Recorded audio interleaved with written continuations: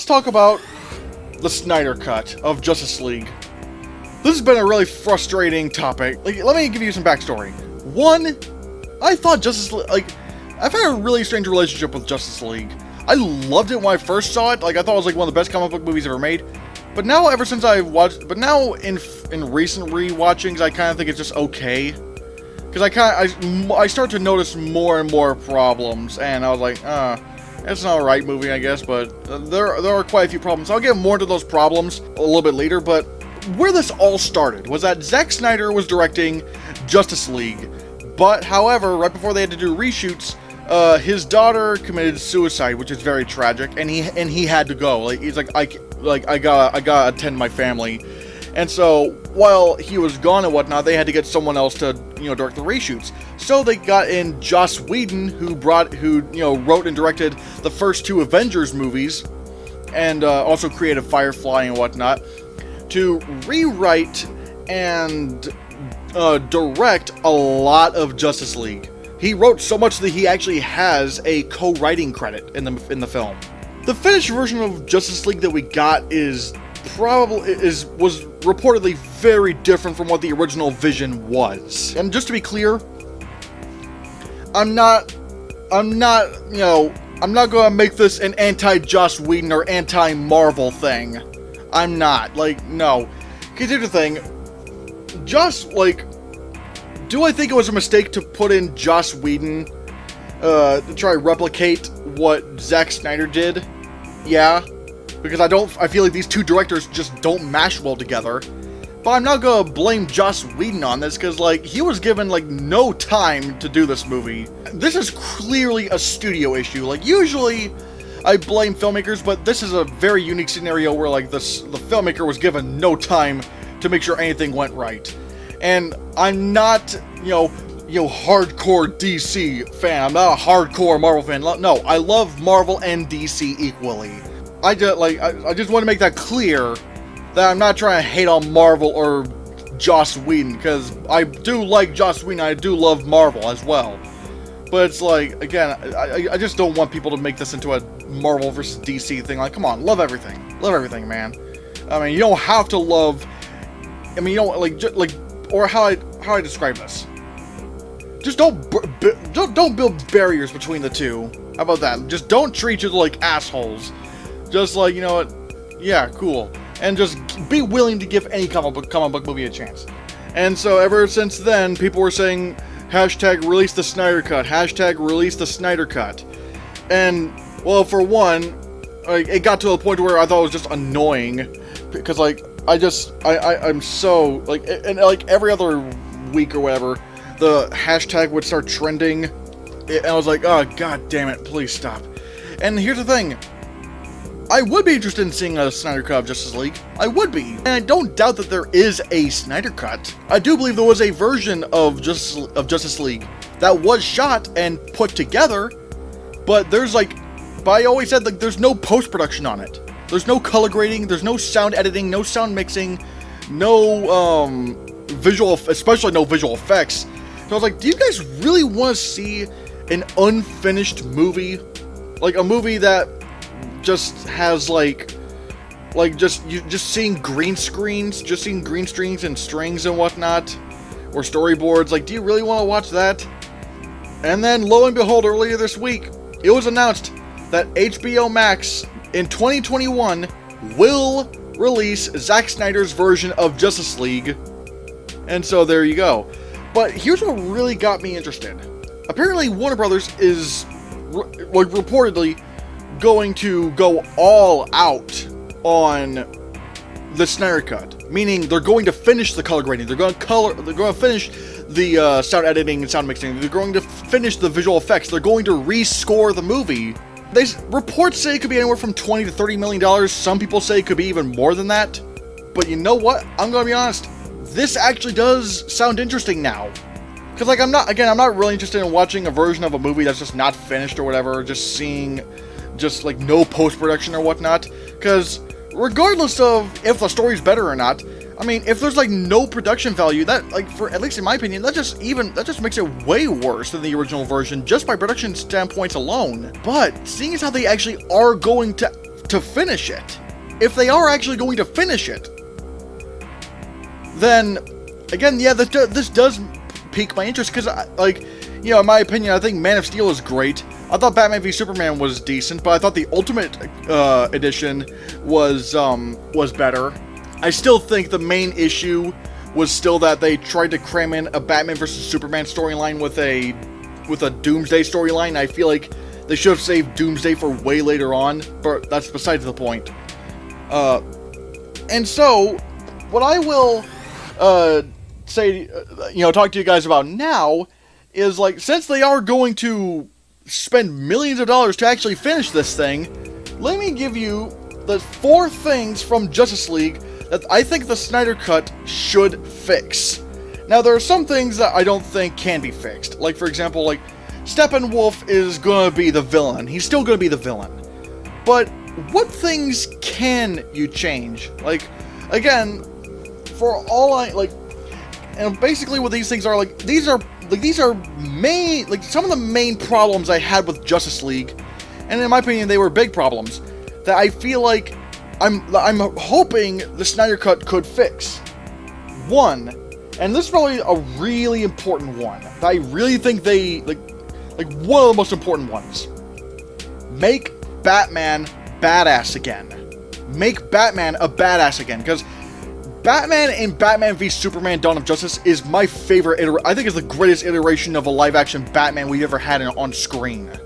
Like, this guy was a ruthless, violent motherfucker. Like, he was, again, like, how do I explain? He was, you know, a really rugged individual. He was the Batman. He, like, when he fought, like, the warehouse scene in Batman v Superman alone, the warehouse fight where he's taking down all these goons, is one of the best action scenes I have ever seen in a superhero film, let alone a Batman movie. Like, this is definitely Batman, like, the best Batman action we ever got. And I think, in all honesty, you could make the argument that in Batman v Superman, he was kind of the villain of that movie, if you think about it. Because this was pretty much Superman's movie, at least especially when you get to the Ultimate Edition. This is Superman's movie, and yet this guy, this Batman, is trying to kill Superman. And again, like, you can understand why, but at least for me, he was kind of the villain of Batman v Superman. Now, I'm not saying make Batman the villain of Justice League. No, he went through an arc in Batman v Superman where he became a better man. Like, don't change that. But in Justice League, they really kind of softened him up like a big teddy bear. Like, he wasn't all that badass. Like, he kind of just like, oh, my leg. Is it broken? Is it bleeding? Yup, it's bleeding. Like, again, they just kind of sucked out all the badassness of Batman and just kind of wussified him. They kind of wussified Batman in Justice League. If Batman in the Snyder Cut of Justice League is more like the one from Batman v Superman, I hope we get that again, because Batman, I feel like, was done a little bit dirty in Justice League, and I feel like if they can just make him a badass like they did in Batman v Superman. Again, don't make him a killer or whatnot like he was in that movie, but again, show that rage, show that kind of Batman rage. I want to see that kind of rage from Batman. So if they can do that, then that would be fantastic. I would love to see that. Second, and I think this is a good one to talk about as well. The second change, have Junkie XL do the music again. Now, if you don't know who Junkie XL is, he's the guy who did the music for Mad Max Fury Road, and also, along with Hans Zimmer, did the score for Batman v Superman Dawn of Justice. And Batman v Superman has probably, at least in my opinion, the best score I've ever heard in a comic book movie. Like, it was so cool. Again, say what you will about the movie, but I thought the score was awesome. Like, it was, like, you could just imagine the imagery in your head, and it's just like, oh, God, I love that. However, in Justice League, they brought in Danny Elfman. Now, if you don't know who Danny Elfman is, he's the guy who does like 90% of Tim Burton's movies. Like, he does the music for 90% of Tim Burton's movies. Like, he's done the score for Batman. He's done the score for the Spider-Man trilogy, Hulk. Try to think of again, all that stuff. And so you want to take the guy who, again, I get it. Like, he scored some of the best superhero movies, or at least some of the best superhero movie scores of all time. But here's the problem with score, though. You need to have a composer who can match the style of that film. Like, what I mean by that is, like, when you hear the score of Batman v Superman, like, again, I would suggest you guys listen to the soundtrack for Batman v Superman. It's awesome. That music so fits within that world. But Danny Elfman's music in Justice League, I feel like it just was not a good match. It would have been a lot better just to have Junkie XL come back and do the music again. And if they can get Junkie XL to compose the score for the Snyder Cut of Justice League, that would be great. And give him time to prepare. Give this guy enough time to, like, show him what you've got, which I'm pretty sure that, like, you can do that. You can do that. Show him what you've got, and just let him go to work. Just have him figure out, okay, what is the best way for us to do this movie? And I would really love for Junkie XL to come back and do the score for Batman v Superman. Because again, for Justice League. Because again, whenever you guys get the chance, go on YouTube or Spotify, I don't know where, and look up the soundtracks for Mad Max Fury Road and Batman v Superman: Dawn of Justice. Because those two scores are just, oh god, man, they are so cool. They're great. If you wanted to work out or whatever. I don't work out because I'm lazy. But yeah. Problem number 2 from Justice League. Like, as much as I love Danny Elfman, take his score out and have Junkie XL do the music instead. Justice League problem number 3 that the Snyder Cut should definitely fix: the color grading. I know this is a weird thing to say, but the color in Justice League was very weird. It, like, because if you look at especially if you look at, like, the first trailers for Justice League, like, they were very different from how the film now looks.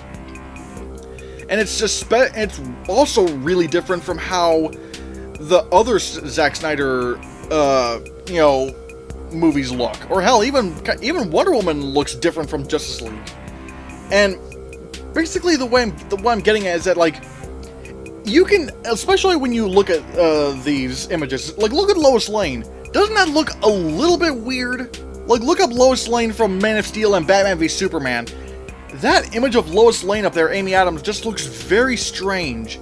And that's because they filmed they filmed Justice League to look a certain way, to have colors in a certain way, but then went to color grading and made it more colorful, even though it wasn't filmed to be that way. Like, it's very strange. Again, do you guys see what I'm talking about? Like, how this kind of looks a little bit artificial. Like, there's like a TV movie kind of vibe to the appearance of the color. I don't know what it is, but I feel like they need to tone it down a bit. Like, as much as some people have criticized the color of Batman v Superman and Man of Steel, it didn't look I don't think it looked artificial. It didn't look weird. Like, at least in my opinion, it looked like, even though those movies weren't all that colorful, even then I've seen way less colorful movies in my life, it matched the tone of those movies. This, again, just does not fit in this Zack Snyder world, or the DC universe. It just doesn't feel like that. Use the color grading that you were going to use initially. If you could just do that, then it would look a lot better, in my opinion. I just do think it would look a lot better. So yeah, problem number 3 from Justice League: they need to fix the color grading, because again, it just looks really artificial, and they need to scale it back a bit. Just go with what you were going to do first. And now finally, another problem from Justice League that I really feel like they should fix, and this is probably where a lot of the budget's going to be going too. Fix the visual effects. Because I'm going to be honest, Justice League, a movie that has a production budget of $300 million, has some pretty shitty visual effects. Like, holy God! And you can, like, a lot of this actually is attributed to the head of Warner Brothers at the time, Kevin Tsujihara. Like, the crew knew that, we don't have enough time to finish this. Like, we need to be able to finish this movie. But, however, he decided not to do that, and instead keep that November 2017 release date so that he could get his bonus at the end of the year. Yeah, that's why the effects look that bad. They had the opportunity to just push off the release date of Justice League so that they could perfect the effects and perfect everything in it. And yet, he didn't. He chose not to, which I think is really stupid. And the reason why, if you're wondering why are all these movies down here, these are some movies with, like, fantastic visual effects. Two of them, Avengers Infinity War and Pirates of the Caribbean at World's End, have budgets that were the same as Justice League. All the others have budgets that were lesser than that of Justice League's. The Lion King remake, which has the best visual effects I've ever seen in my life and should have won Best Visual Effects at the Oscars this year. I know I keep bringing it up, but I'm so sorry. The Lion King cost $260 million to make. Let's look at... Avatar cost $237 million.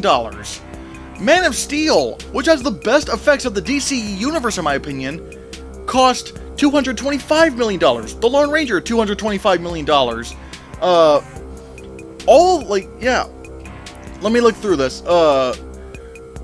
Let's see. Star Wars The Rise of Skywalker, $275 million. Spider-Man 2 from 2004 cost $200 million.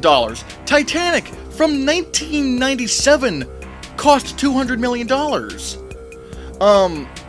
Tron Legacy, a movie that came out 10 years ago that cost $200 million. The Dark Knight, a movie that came out more than 10 years ago, had a budget of $185 million. Kong Skull Island, $185 million. Blade Runner 2049, $185 million. The Jungle Book, a movie that came out, again, some of the best visual effects I've ever seen in my life, had a budget of $175 million. Doctor Strange, $165 million. Interstellar, $165 million. Inception, a movie that's 10 years old, $160 million. The Irishman, a Netflix movie, cost $159 million. War for the Planet of the Apes, 152? Is that 150? Yeah, War for the Planet of the Apes cost $152 million. Mad Max Fury Road, $150 million. Gemini Man, $140 million. The Revenant, $135 million. Prometheus, $125 million. Life of Pi, again, some of the best visual effects ever, $120 million. Gravity, $110 million. Terminator 2 Judgment Day, $100 million. Christopher Robin, a movie with stuffed animals that looked so damn real, only cost $75 million. And the lowest one on this specific list is Jurassic Park, the original Jurassic Park, at $63 million. All of these movies had production budgets that were, the first two on there were just as expensive as Justice League, and all the others. Oh yeah, I forgot to mention, the entire Lord of the Rings trilogy combined. The entire Lord of the Rings trilogy combined, all together, cost $297 million. And yet they looked way better than Justice League.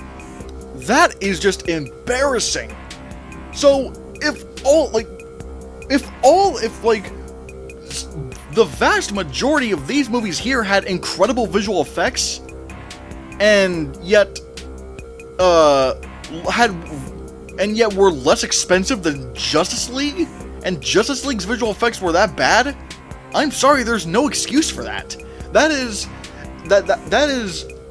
just inexcusable in terms of the studio, or in this case, Kevin Tsujihara, just rushing the product without making sure everything looks good, because I'm telling you this, audiences do not like bad visual effects. They want to get sucked into the action. Why do you, granted it helps to have a good story as well, but audiences want to see really good visual effects.